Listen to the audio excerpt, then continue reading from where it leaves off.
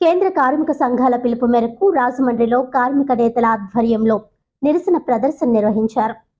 కేంద్ర ప్రభుత్వం ప్రవేశపెట్టిన కార్మిక వ్యతిరేక బడ్జెట్ నిరసిస్తూ 4 లేబర్ కోడ్స్ రద్దు చేయాలని, ప్రైవేటీకరణ విధానాలు ఉపసంహరించుకోవాలని కార్మిక నేతలు డిమాండ్ చేశారు.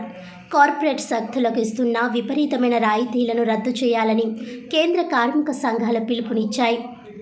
ఈ మేరకు రాజమండ్రిలో జరిగిన నిరసన కార్యక్రమంలో పాల్గొన్న ఏఐటీయూసీ జిల్లా ఉపాధ్యక్షులు తాటిపక్క మధు, సిఐటియు జిల్లా ఉపాధ్యక్షులు టి అరుణ్, ఏఐటీయూసీ జిల్లా కార్యదర్శి కె రాంబాబు, సిపిఐ నగర కార్యదర్శి వి కొండలరావు, ఏఐటీయూసీ శ్రామిక మహిళా ఫోరం కన్వీనర్ పి లావణ్య, జట్ల సంఘం ప్రధాన కార్యదర్శి సప్పారమణ, సిఐటియు పవన్, సుందర్రావు, ఎస్ఎస్ మూర్తి, వ్యవసాయ కార్మిక సంఘం జిల్లా ఉపాధ్యక్షులు టి నాగేశ్వరరావు, ఏఐవైఎఫ్ జిల్లా ప్రధాన కార్యదర్శి పి త్రిమూర్తులు, ఐఎఫ్టియు రాజు, ఏఐటీయూసీ, సిఐటియు కార్మికుల జట్ల సంఘం కమిటీ పాల్గొన్నారు. ఆర్థిక శాఖ మంత్రి నిర్మలా సీతారామన్ ప్రవేశపెట్టిన బడ్జెట్ ఏపీకి తీవ్ర అన్యాయం జరిగింది, మొండి చేయి చూపించారు. అంతేకాకుండా ఏపీకి రావాల్సిన నిధులు ఇవ్వడంలో కూడా వాళ్ళు తీవ్ర జాప్యం చేశారు. ఈ బడ్జెట్ బడా పెట్టుబడులను అంబానీకి అదానికి సేవ చేయడం తప్ప పేద ప్రజలకు ఒరిగింది ఏమీ లేదు. ఎందుకంటే ఇప్పటికే రాష్ట్రం తీవ్ర ఆర్థికంగా ఉంది. ప్రధానంగా పోలవరం ప్రాజెక్టు, అమరావతికి నిధులు ఏమీ ఇవ్వలేదు ప్రపంచ బ్యాంకు అప్పు తప్ప. అంతేగాని విశాఖ మెట్రో కానీ, కడప స్టీల్ ఫ్యాక్టరీ పైన కానీ, విభజన హామీలు కానీ ఏది అమలు చేయలేదు. అంతేకాకుండా కూటమి ప్రభుత్వం మేము అధికారంలోకి రాగానే అవుట్ సోర్సింగ్ కార్మికులు పర్మనెంట్ చేస్తామని, సమాన పని సమాన వేతనం ఇస్తామని హామీ ఇచ్చారు. అది కూడా అమలు చేయలేదు. అందుకనే దేశవ్యాప్తంగా 4 లేబర్ కోడ్లు రద్దు చేసి కాంట్రాక్ట్ కార్మికులు పర్మనెంట్ చేయాలని కోరుతూ చేపట్టిన ఈ ధర్నా విజయవంతం జరుగుతుంది. ఇప్పటికైనా మోడీ కార్మిక, రైతు, ప్రజా వ్యతిరేక విధానాలు మానుకోకపోతే మాత్రం పెద్ద ఎత్తున ఉద్యమం చేస్తామని, కార్మికుల ఐక్యతతో నీ అధికారం దించేస్తామని తెలియజేస్తున్నాం.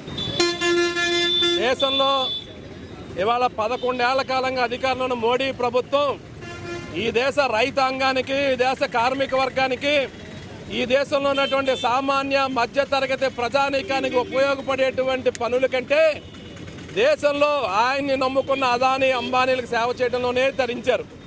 ఇవాళ పోరాడి సాధించుకున్నటువంటి 44 కార్మిక చట్టాలని 4 లేబర్ కోడ్లుగా మార్చి కార్మిక వర్గానికి 8 గంటల పనిని రద్దు చేసి 12 గంటల పాటు ఇవాళ కార్పొరేట్లకి కష్టజీవులను ఊడిగం చేయమని చెప్పని మోడీ ప్రభుత్వం చెప్తోంది.